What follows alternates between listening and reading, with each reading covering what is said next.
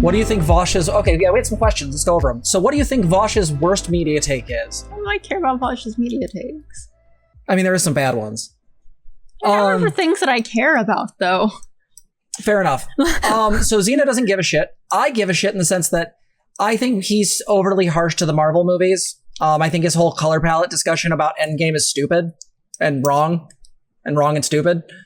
I would say the biggest one being is that I really don't like Souls games. It actually grates me that they're considered like a trans thing, because so many of the trans girls I know are in love with them, and like everybody just pimps them out. I really don't like them. I tried Bloodborne once, and I've never been so angry in my life. So I loathe it. And the fact that he will not stop talking about them sometimes, I just have to end the stream. I also really dislike New Vegas. I hate New Vegas. I think it is a lesser game compared to Fallout 3. I will literally fight in a boxing ring against H-Bomber guy. I swear to God. H-Bomber guy can come after my trans butt and we will wrestle in Jello before I give up that take. Fuck Elden Ring. Fuck the Souls games. Fuck New Vegas. God, New Vegas wasn't fun at all. Just about to go to war with every other trans girl on this take. True. I just get around this because I just don't care. So yeah. You could try to make me care, but Do you have any thoughts or advice on dating in the early stages of transition? Also, that kiss was very cute. Well, thank you. The kiss was very cute. We had another one just a moment ago. Early stages of dating. I'm not good with this. I had a partner who basically was like told by a bunch of asshole friends that they had lost their lesbian card for dating me, and then got him in the end. Fuck that. That's true. I don't know. Like dating early in your sort of trans experience is one of those things that is, I think, very difficult, because if you're a trans man or you're a trans woman, the people that are going to be attracted to you often are going to be the people who are either A, flexible in their sexuality enough that they're able to kind of see the direction you're going and, you know, be with you through that transition, which is cool. But then there's also sort of this thing where like people early getting into relationship with you, especially if you're not you don't pass in any way, you're real early in, you're going to have people attracted to you that are going to be coming to you because they think you're a different, they think you're a different gender. Well, there could be like different expectations or hopes or ways in which like they wish to engage with you that you might not be up for. Right, and that could be really difficult because as much as like, yes, there's fluidity in gender, but even Jess and I, we describe our relationship as like sapphic or lesbian, right? Like that is kind of the feel that we are going for. And so if we got in, let's say, you know, we did a poly thing and just got into one of us got into it with somebody who was looking for more of like a masculine feel in the relationship, that might not really jive with us, right? And so watching out for some of that mismatch stuff, especially while you're like trying to figure out which way things go or who you are all over again, you know, because that's what transition does, is a thing. Did you have any more thoughts? So I didn't mean to steal I was gonna let you finish it. I'm gonna let you finish, but Venom was the greatest movie of all time. Venom. So yeah, no, I'm on Zena's same take. I don't know, because I got to skip that, and so like for me, it comes down to, I guess like what I would argue is hey, make sure you're talking to people, you're communicating, and you're basically coming to the realization of like, hey, is this person actually being with me?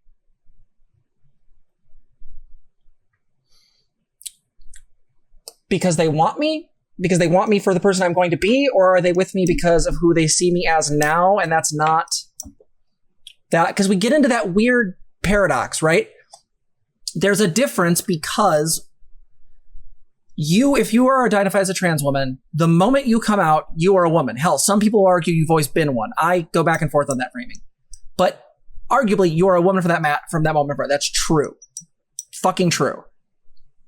And Contra's point that Justine lost on in the aesthetic has a point still to it, which is that your gender in that case is still based in a level of hypotheticalness, because your presentation may not bring the people who are going to necessarily want you as you're going to be or become, only as you currently are. And that gets, you have to be very communicative and very open with that. So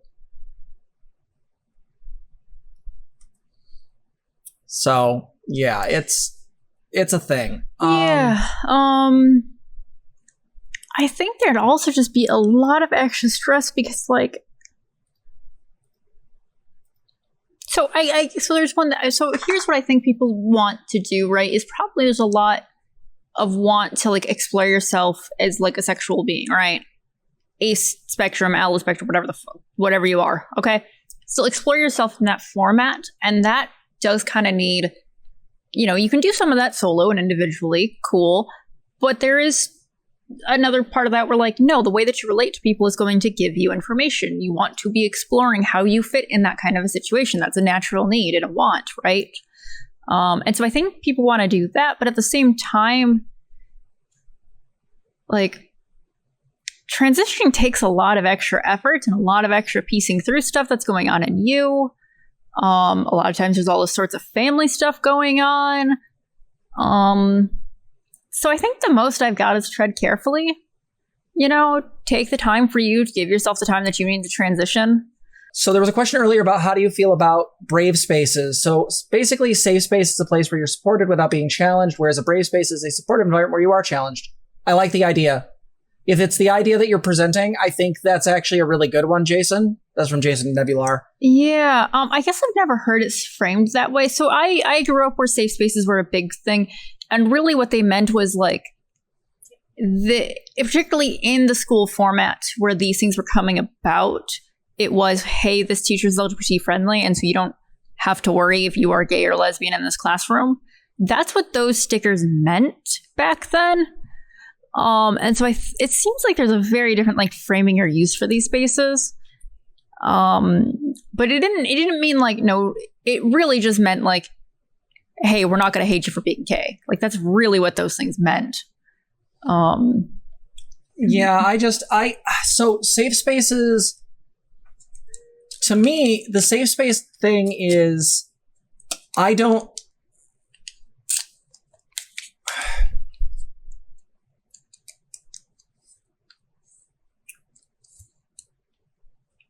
feel like safe spaces have changed. I feel like they've mutated because their original intention was a place where you could be safe from the outside world, from, you know, the cis-hets.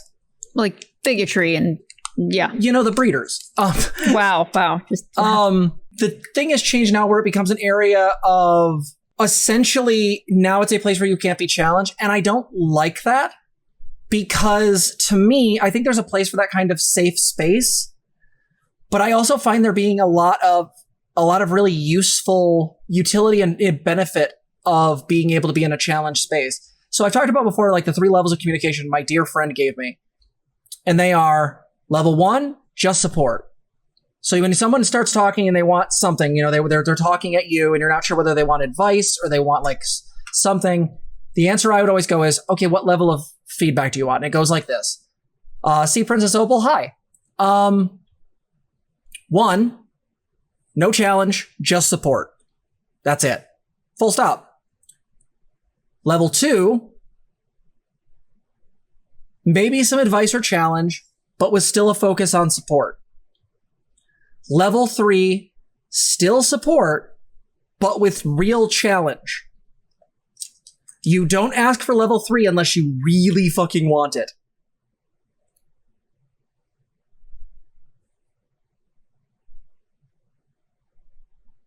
That stuff I think is helpful. Essentially a far-right deprogramming place. I could see it being used for that, especially for people that are coming back over from the right. You know what it reminds me of almost is Gestalt.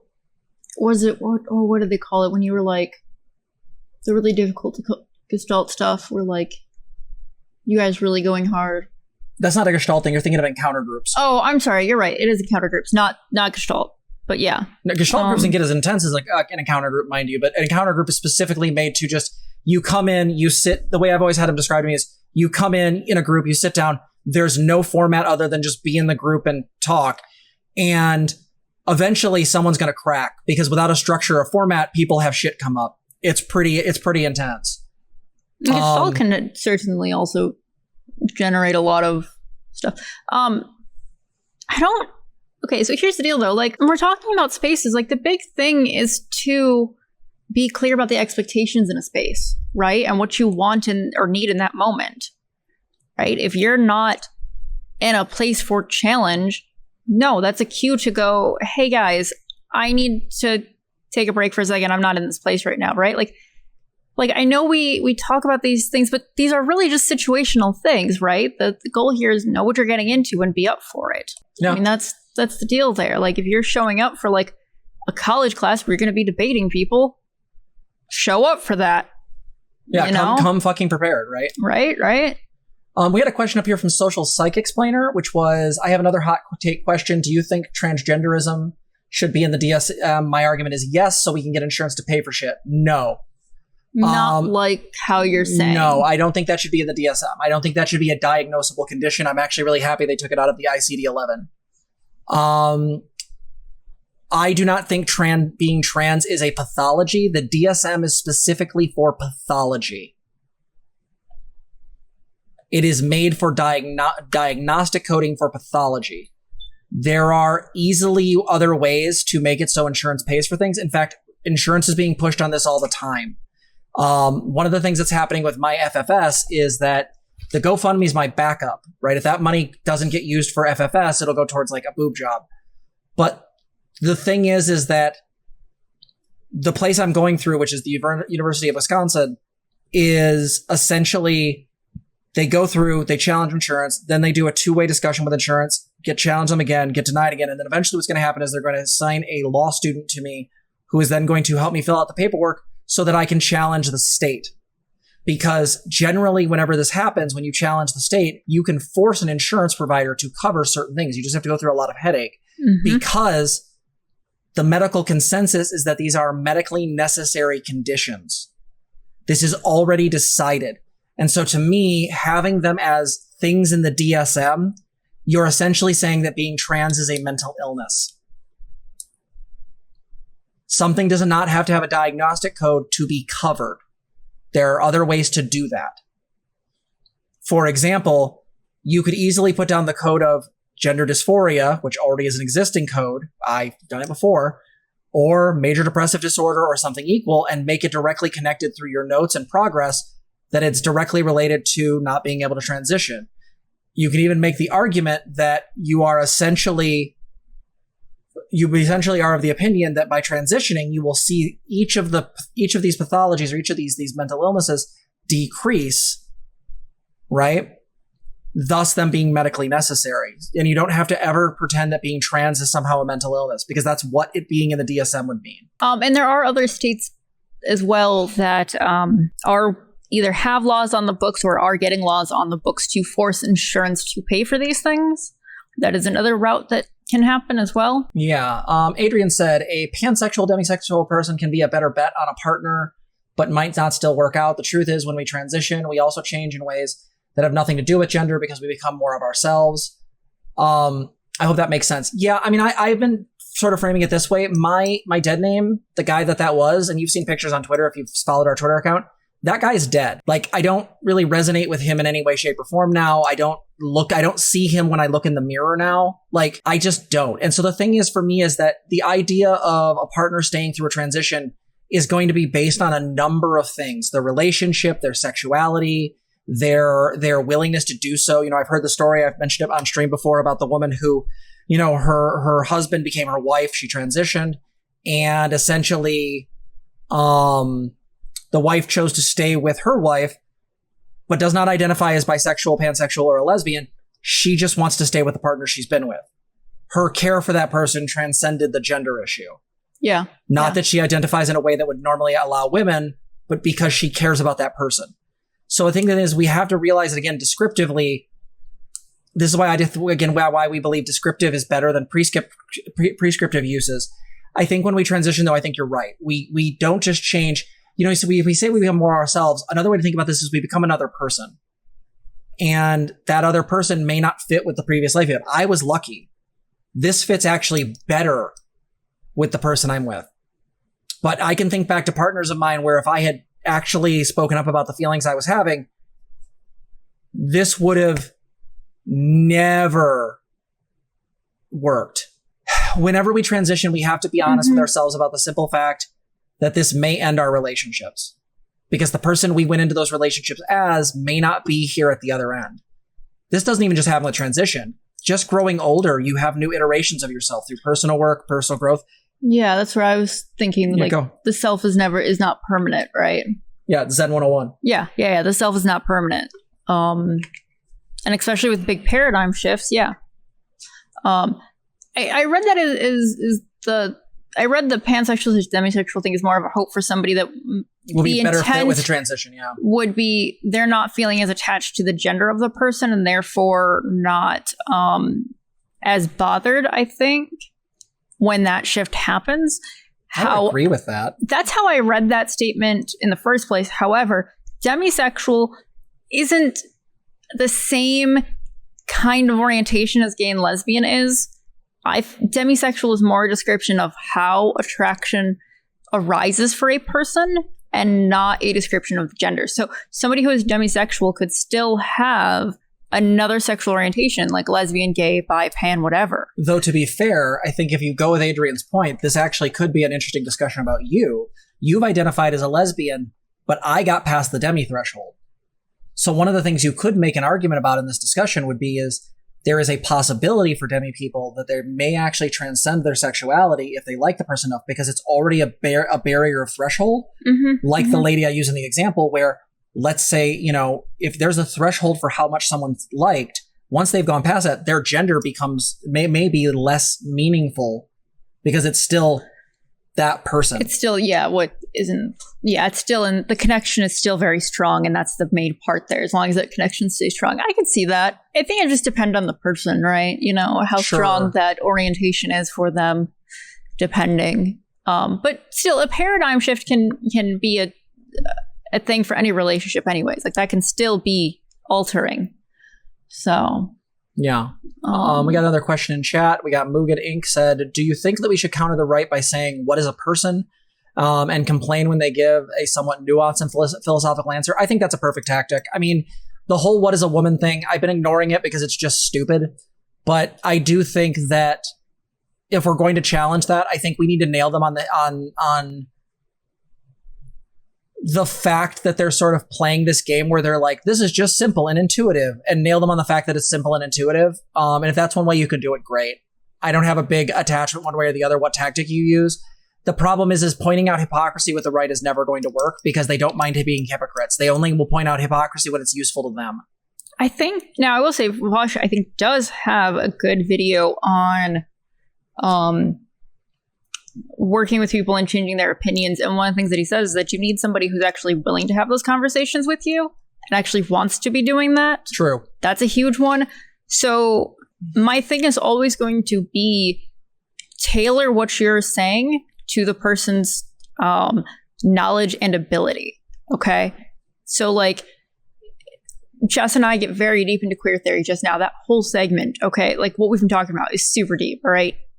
To really fully grok all of that, you need a lot of different understandings beneath that. But that's not going to work with somebody who hasn't been exposed to that and hasn't really thought through all of that yet. Okay? So you're going to need to find arguments that are going to meet them where they're at in that moment. And that's probably the trickiest part, is finding out what that knowledge level is and how to work with that. And that's going to be individual for every single person. So being able to frame arguments in ways that have different knowledge levels can be really, really helpful.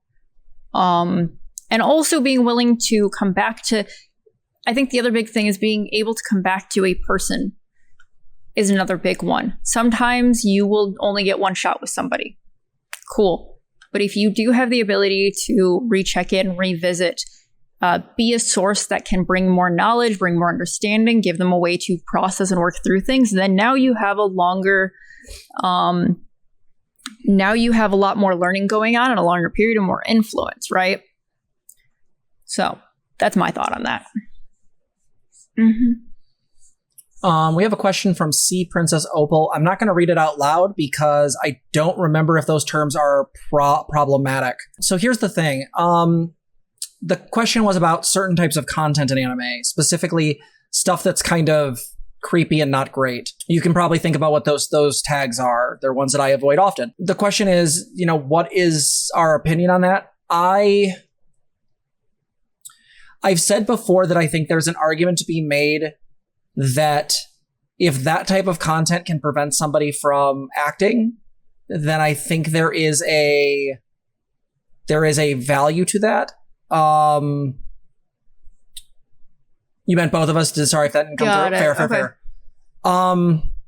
So I've seen data, and this is something I'm still working on for a research doc, but I've seen data that shows that certain types of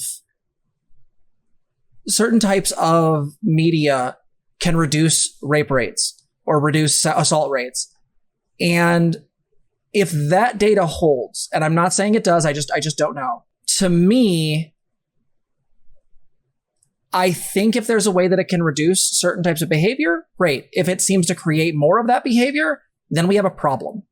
I do know that abuse rates in Japan are not great, though I don't know if they're better or worse here. So that's a hard one. If anyone wants to help with a research doc, it's basically frozen because Anthers has college. So if anyone wants to is like research oriented and wants to help make a doc for arguments, you will get hugs and snuggles because I can't pay anyone right now. Unless Hella's going to keep being our sugar mama. In which case then theoretically I can pay you. So I think the way I want to dig into this too is like offense versus harm, right? Because the reason... Because you need to know the difference whether or not how to answer the question. No, that's yes. The point.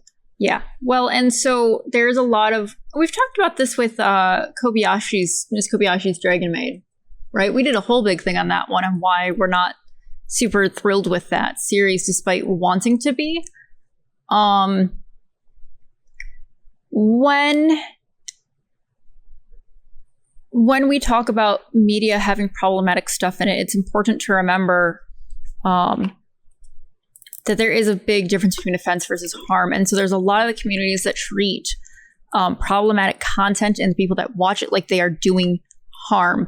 But the thing I need to be clear on is that like rape and assault and content warnings, because here we are, on this topic, all right, are about power and control of another person, okay? And so that doesn't... Watching an anime is not the thing that makes you go and harm another person, right? Otherwise, we start getting into the really milieu of the same thing about video games creating violence. Like that's a very complicated question. And we've debunked a lot of those assumptions that got pushed really, really hard. So, and my thing with media is that people are going to like what they're going to like, and I don't care because somebody watching a thing does not mean the same thing as someone in the real world being harmed. Okay. A drawn character is not the same as a living person being harmed. Now here's the question. So here's the question. So initially there was that question of harm there. Is there harm being done there? I think what most people's argument is not that that's necessarily doing harm in and of itself. Their argument is that because this material goes out, that it normalizes certain behaviors. And the problem is that's the really hard one to prove, right? We get into an issue of causality, right? Mm-hmm. So we get into the issue of, does that material exist because there's a problem in anime? Or does that material, does that stuff or is there a problem in the culture around anime that then creates that stuff? That anime is reflecting it. Yeah, back at us. We know that Japan has some very conservative views and very, very staunch stuff against, women and gay people and stuff like that. And they have very high child abuse rates. So the question is is the art thus a reflection of that? Or is this like again, I don't know. And so the problem is you need to do a deep dive in a research doc to prove one way or the other whether you're getting into harm versus offense. Because I've heard other streamers talk about this. Vosh has talked about it. Xander Hall's talked about it. And every single time I hear them talk about it, what I hear is that nobody's sharing data. All they're doing is sharing offense. They find it disturbing and bothersome, which is completely valid because in my humble opinion, you should. That stuff is bothersome. But I guess the question is, how do you compare and and how do you actually figure out what's creating what? Like that's where the issue I have with this is that Zena and I have a belief, this is a value of ours, which is that you withhold judgment until data is presented. Mm-hmm. And so the problem is when I hear anyone talk about this, regardless of the streamer, they always start from the premise of their offense and work their way out. And the problem is that I have to ask, well, what is actually happening here? I need to withhold my own judgments and go, what is actually happening? This is why certain tags, like now the 2 tags you mentioned, I'm not a big fan of and I avoid, but the tags like, say, I'll give a perfect example. The incest tag does not bother me. Do I think it gets handled poorly all of the time in Japanese stuff? Yes. It never almost appears ever in Thai or Korean manhwa. It just doesn't. Neither in Chinese manhwa. It seems to be a very specific tag that's used a lot in Japanese manga. And so I think this is my issue is that like, again, that seems to be a cultural thing. You'll see the same thing. Most manhwa I've ever read, other than White Angels Have No Wings, are really hesitant about showing any kind of child abuse. And that one was very specific to make a point about a character. They avoid it like the plague. But the moment the characters become of age, now you have sex scenes.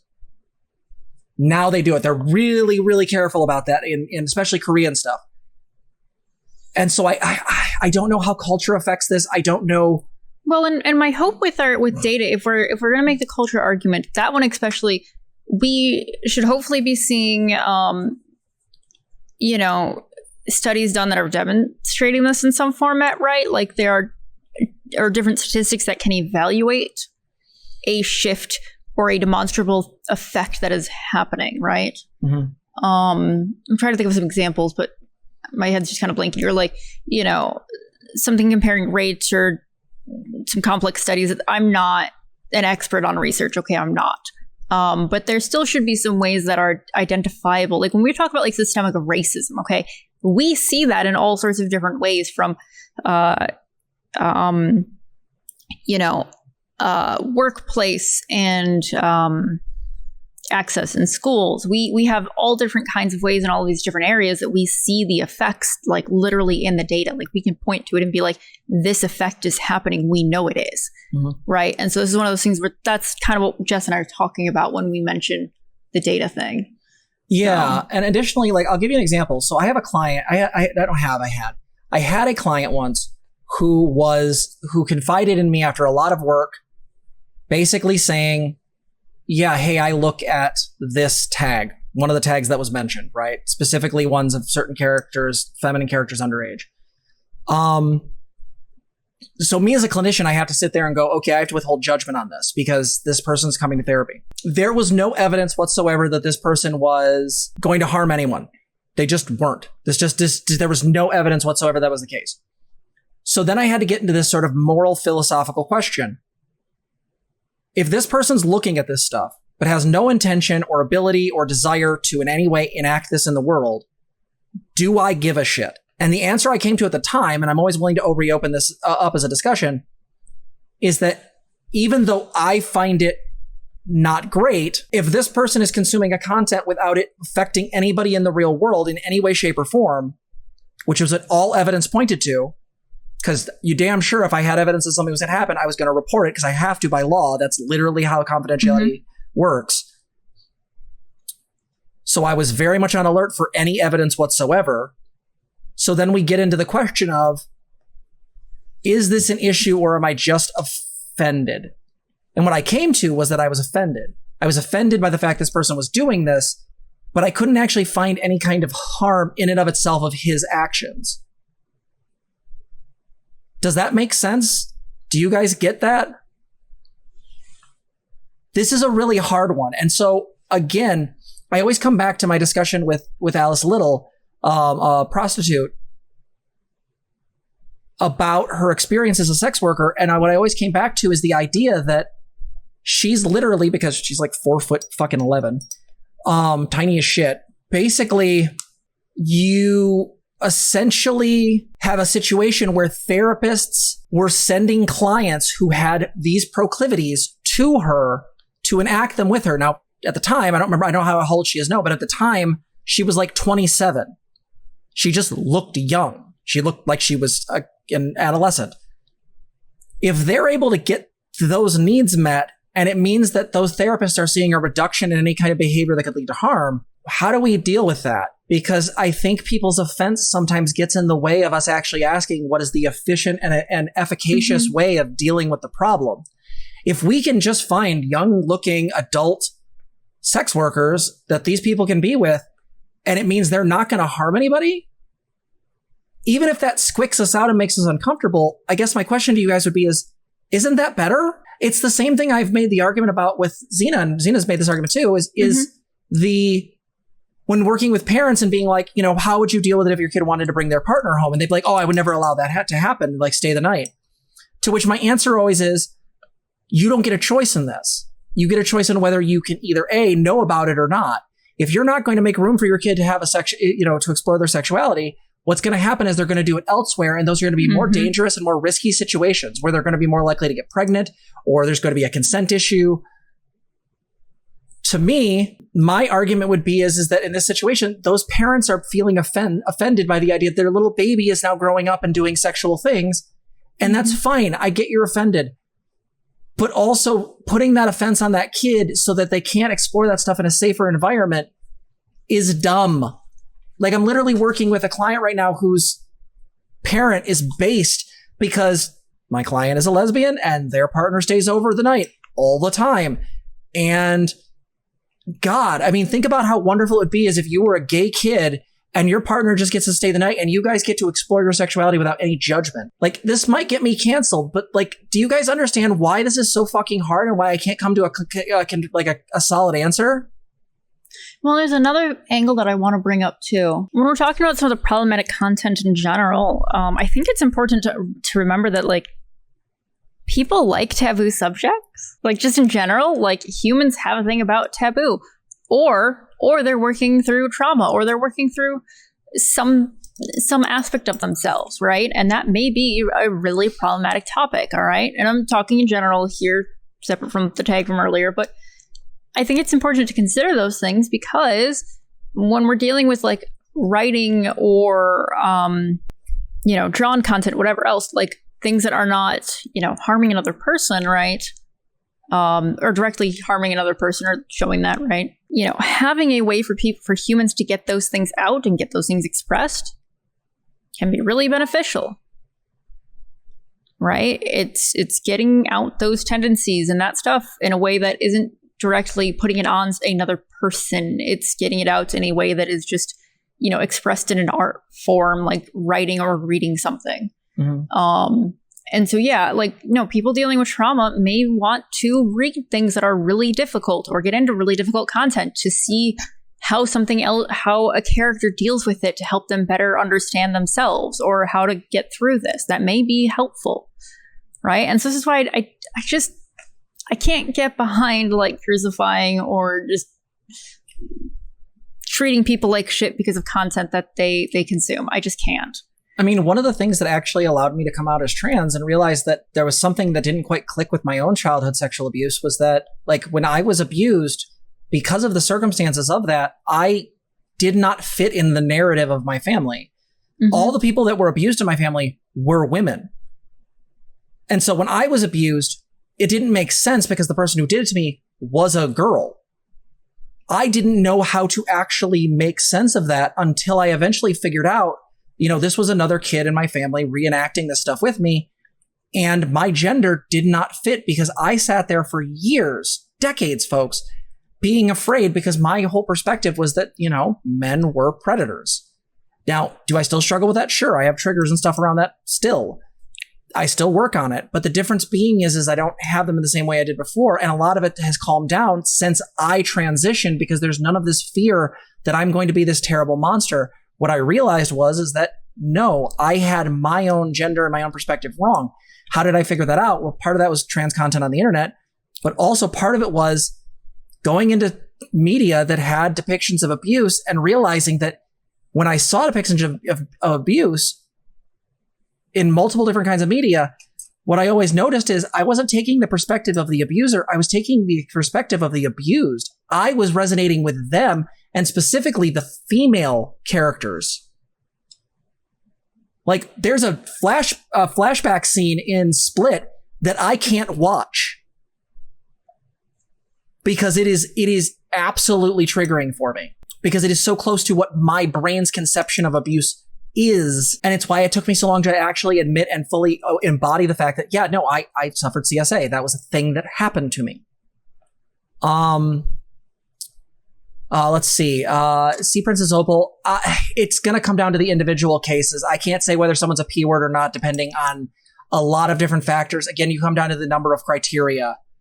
As far as, let's see, Zuchina said, most people who enjoy a taboo never engage in the actual thing. Think of horror movies. I think that's a really good point too. Yeah. Like, some of kink is taboo. Like, if someone acts as a younger person in kink, like say as a little, I have interest in that. I have interest in that to deal with certain things. So if I find a partner or Zena decides that they're cool with doing that, then the question is, if I'm playing, say, an adolescent, am I engaging in some kind of, like, is Zena engaging in some kind of, no, because I'm a fucking adult. We're degraded. Same thing if we engage in consent, non-consent. Right. But we've been asked this question about sissy kink. And I'm like, okay, two consenting adults who are in a situation with each other, like, they're doing a thing between the two of them, right? Like, I don't, like, that's for them. That's for them to decide how that is affecting them internally and how that's affecting each other, right? Like, they're going to be the people that need to figure that out, especially because with stuff like that, it's not necessarily affecting other people, right? Unless somebody is actively treating somebody a certain way, in which case, call out that treatment that's happening. But again, these situations are generally not like involving that large of a group kind of deal. So that's why, like, passing judgment from the outside doesn't quite work, right? Mugen Inc. said harm reduction is important to consider in this respect. And I think it's true. What actually is reducing harm? If we don't have data on it, we need to find that out. Oh. The other thing is like, what is it? Zuchina said, I don't actually want to be harmed by monsters, but it's a fun to have dark fantasies. I don't actually want to fuck girl Pennywise. But it's a fun fantasy. It had made me thought differently about clowns. Just saying, my girl Pennywise statue is super hot. But anyway, yeah, this is the problem. And my issue always comes down to the fact is, like, I get being squicked out by things. I get being offended by things. And I think those are completely justifiable. But offense is not harm. I need data. And this is where I get into it, because people want hard lines about, well, you should come down on this, or you should do and without more info, I can't. Because the problem is, I've had clients who are P words, and I've had to deal with that. I've had to actually deal with a person who was a convicted child abuser, or deal with a person who had those thoughts. My beliefs and my values are, I can't turn those people away. In fact, I'm not, unless I didn't have the actual training for it. My actual code of ethics says I can't turn them away based on a values issue. That's wrong, because you could use that same argument to say, have a Christian counselor who decided to push away a gay person because they didn't believe in that. In fact, that's why they changed the ACA code of ethics in the 2014, because someone did that at Eastern Michigan University. Literally, this became a giant case that ended up, from Michigan, changing the entire counseling code of ethics. I don't get to choose based on values, only competency. Yeah, I don't like this versus this is hurting me are not the same thing, which is the same thing with ships. Right. Now, and I would say, without some things we still need data on, right? And still need research on. And so right now, the best that I have to go off is look at your own direct situation, all right? Is something that another person is doing directly hurting another person, right? Those things are much more clear, much more easier to talk about, right? because then you can call out that behavior. You can work with the person on it or decide to have different boundaries with that person. Okay. And if you are getting back, no, it's not directly hurting another person that is here with us or here like in a space, be that digital or personal space, right? If you're getting back a no, that's not happening. Okay, maybe kind of pull back and see what reaction actually needs to happen, right? Is this an offense or harm? Because at the very least, we can control ourselves and what our situation around us is like, right? And that's what we've got right now. Adrian said some victims of CSA end up feeling like they're attracted to those folks. And I wonder how often some kinds of very early acting out leads to extreme shame. I can tell you for me, it absolutely did.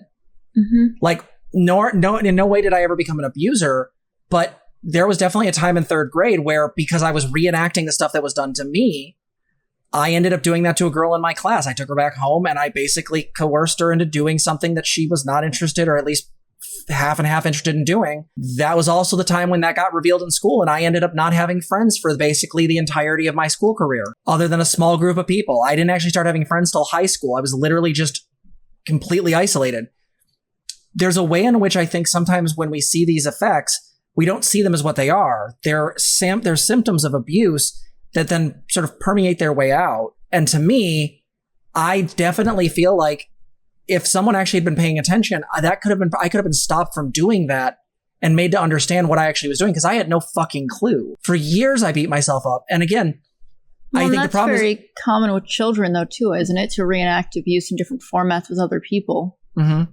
Yeah. Well, and again, the whole fear of being attracted, like, there is a way in which whenever you are a person who's a victim of CSA, because there is this cultural belief that people who are victims of CSA become predators, guess what happens? You start being afraid of being a predator. You start thinking you could be, and you beat the shit out of yourself over it, even though you in many cases, show no signs of it. It's a way to re-traumatize yourself.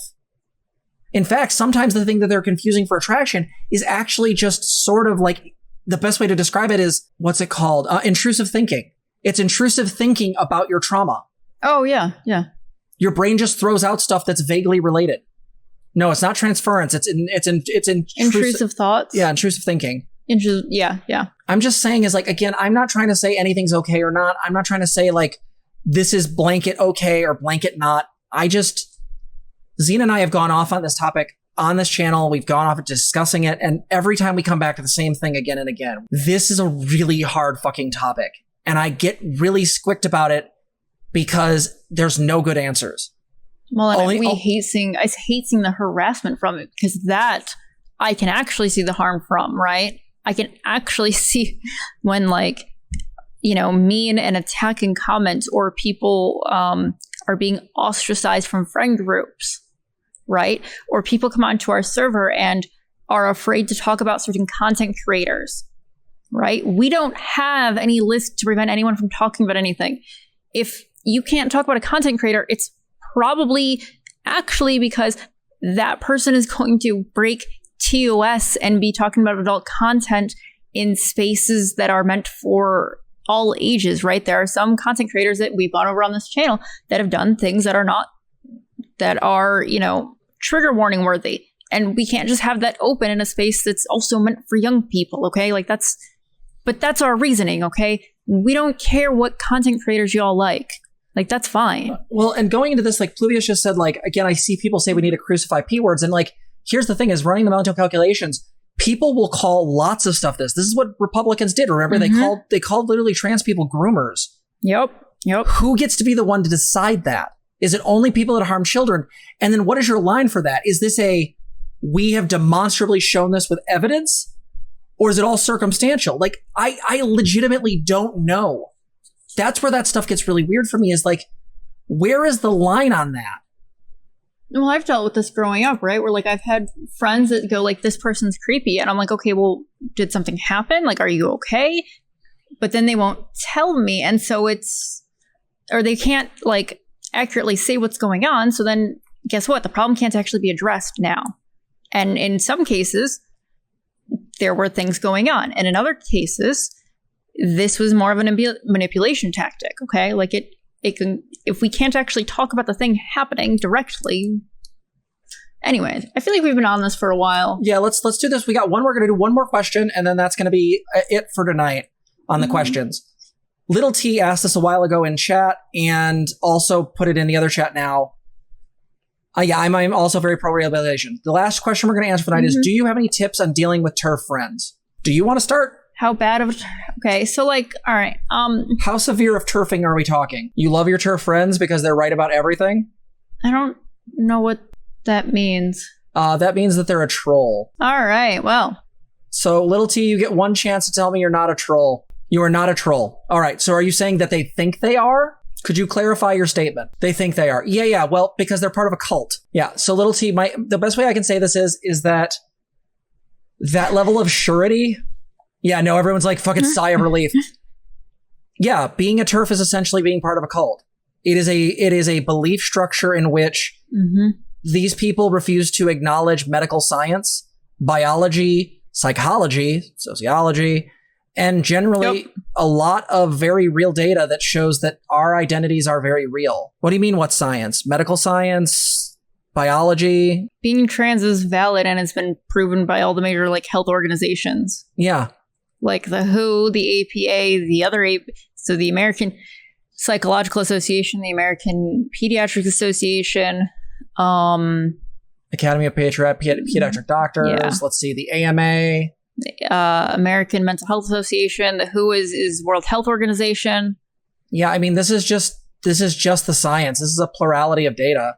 I just want to know where I can find the info so I can tell them. I mean, the best thing I can say is I would go to backing it up with facts. I would basically just show them what's on the APA websites. I would show them what medical data shows. I mean, if you're looking for argumentative stuff, you're going to need to start doing a lot of research if you really want to hit them with facts. But I'm not thinking. TERFs don't really listen to facts. Yeah, that's my biggest problem here. Is I think you're trying to come up with arguments to bring them over, and I don't have any evidence to suggest that they're going to come over. This is why I say they're part of a cult. They believe in an ideology that is essentially a second wave feminist ideal that basically. So there's no way to convert them. I mean, there are definitely times when you can, but is it worth it? That's something that maybe a therapist or maybe like a lot of work can be put into to do, but I don't want to, especially as a trans person. It's not worth my time. Well, also if a cis person wants to, cool. It can be a large risk to the individual, right? And a large. True, Tia. Yeah. So. Yeah. But the thing is that the studies they're looking at are usually cherry picked. I can tell you probably if I bring them up which studies they're looking at, and a lot of their studies are probably garbage. The problem is that real science means looking at it and looking at the methodology of those studies. A lot of the studies they're going to bring up are probably ones based on very, very narrow data or data that has been cherry picked from specific websites. And the issue is that a lot of that stuff is just garbage. See, I think at this point, if you want, you're going to need to learn a lot more about TERFs and what that ideology looks like. We have several videos already. Yeah, a lot of our videos covering TERFs will help you. I also think ContraPoint's video about gender critical would be really good. Yep. But I'm of the opinion that I think Vosh has done a lot of different debates too. Mm-hmm. I'm just of the opinion at this point that it's not my job as a trans person to bring people over. These people are my enemy. They want me dead. Now, I will say Walsh's stuff is garbage. Oh, God. Oh, ouch. I never said Matt Walsh. Walls? I don't. Yeah, no, Vosh. Yeah. Oh, yeah, Vosh has had I would never point anyone to Matt Walsh because he looks like a sexual predator. Vosh has had a lot of debates with various transphobes, and if you want to learn a lot of stuff very quickly, he's very good at arguing, and especially those things, he does a lot of good work doing those debates. Yeah, so I guess I would look at the other TERF videos, see what you can come up with. If you find an they're doubting their TERF views, that could be a really good opportunity to try to talk them out of them and try to bring them over back to the light side. But you got to know what you're doing first. You got to know what you're getting into. And also, I just don't know if it's worth the effort. Yeah. I'm sorry. No. What?